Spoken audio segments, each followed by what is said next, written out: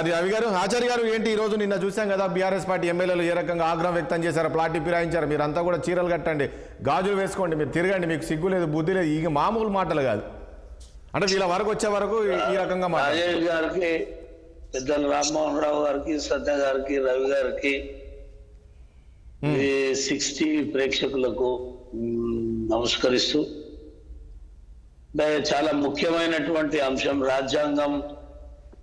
అదేవిధంగా ప్రజలు ఎంతో కష్టపడి ఒక పార్టీని, ఒక అభ్యర్థిని గెలిపించుకున్న తర్వాత ఆ అభ్యర్థి పార్టీ మారినప్పుడు ఆ నియోజకవర్గంలో అనేక మంది కార్యకర్తలు కష్టపడ్డ వాళ్ళు పక్కింటికి పోయి తల చూపియాలంటే తల దించుకునే పరిస్థితి వస్తుంది. ఎవరా నిన్న మొన్నటి దాకా బాగా ఎగిరితివి, వాడిని గెలిపిస్తేవి, వాడి వాళ్ళ ఎక్కడ పోయిండ్రా అక్కడ పోయిండ్రా అని చెప్పి అంటుంటే ఆ కష్టపడ్డ కార్యకర్త చాలా బాధపడుతూ తల దించుకునే పరిస్థితి కొన్ని లక్షల మందికి ఇది సామాన్య కార్యకర్తలు తల దించుకునే పరిస్థితి ఉంది.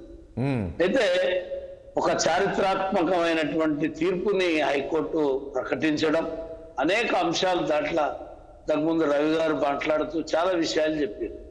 మరి ఇన్ని విషయాలు చెప్పినప్పుడు ఆయన కౌశిక్ రెడ్డో లేకపోతే అతను హుందాగా మాట్లాడవలసినటువంటి పరిస్థితి ఉంది కదా.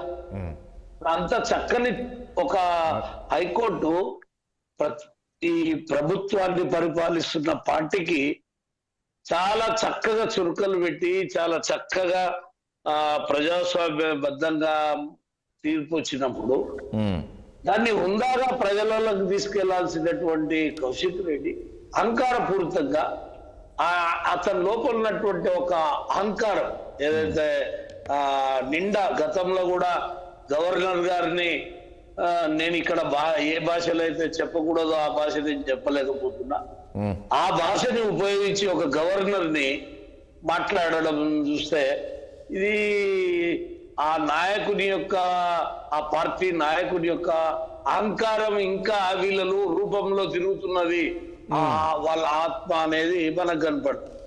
అయితే ఏదన్నా విమర్శించేటప్పుడు స్త్రీ జాతికి సంబంధించినటువంటి వస్తువులని ఆయన ఆ రకంగా పంపిస్తా అని మాట్లాడితే ఆయన ఎన్ని పార్టీలు మారిండు, ఆయన మొదటిసారి ఎన్ని పార్టీలు మారిండు, దాన్ని కూడా మనం చూడాలి. ఆయన ఏదో శుద్ధ పూజలు లేక ఒకటే పార్టీలో ఒక సిద్ధాంతానికి కట్టుపడ్డటువంటి వ్యక్తి కాదు, అనే రాజకీయాలను కలుషితం చేసినటువంటి వ్యక్తి మనం చూసినాం.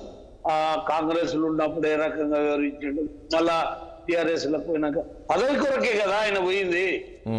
కాబట్టి మనం ఇవాళ ఏది ఏమైనా ఒక మంచి తీర్పు వచ్చింది.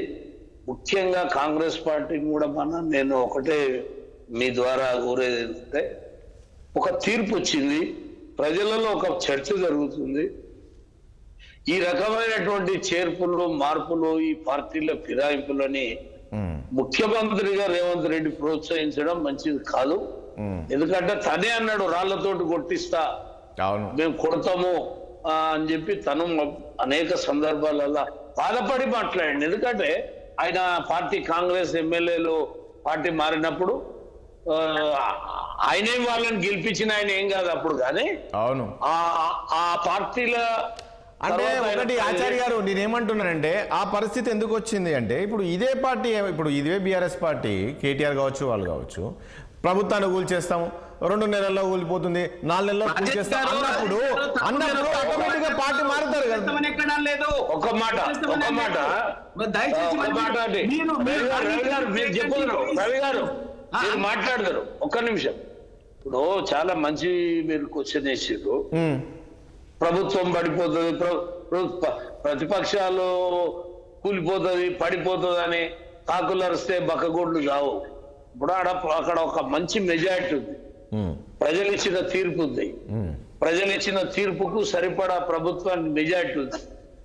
వాడెవడో పోతుందన్నాక అడగడవే ఇక మేము పోతున్నామని చెప్పి వీళ్ళే దొంగతనాలకు పాటుపడితే ఎట్లా, అది సమంజసం కాదు. అది పోతుందంటే ఇక నువ్వు పోతుందా?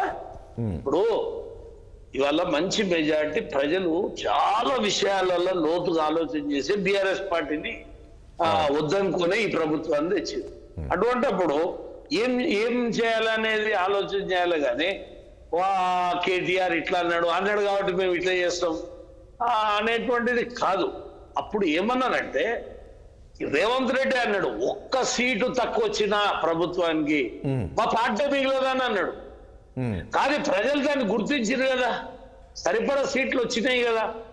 తర్వాత ఒకవేళ పార్టీ శాసనసభ్యుడు ఇష్టపూర్వకంగా లేకపోతే కష్టపూర్వకంగా ప్రజలకు వివరణ ఇచ్చుకొని ప్రభుత్వం చేస్తున్నటువంటి మంచి పనో చెడ్డ పనో ఉన్నప్పుడు దాన్ని ఒక పద్ధతిగా తీసుకోవడం మంచిది. కానీ కౌశిక్ రెడ్డి మాట్లాడిన తీరు మొత్తం స్త్రీ సమాజాన్ని అవమానపరిచినట్టే, రాజ్యాంగాన్ని అవమానపరిచినట్టే. ఆయన మాట్లాడిన తీరు మాత్రం ఆక్షేపణీయం. దానికి మొదలు ఆయన క్షమాపణ చెప్పాలి. దానికి ప్రభుత్వం కూడా ఇవాళ హైకోర్టు చెప్పింది. ఏం చేస్తుందో చూద్దాం.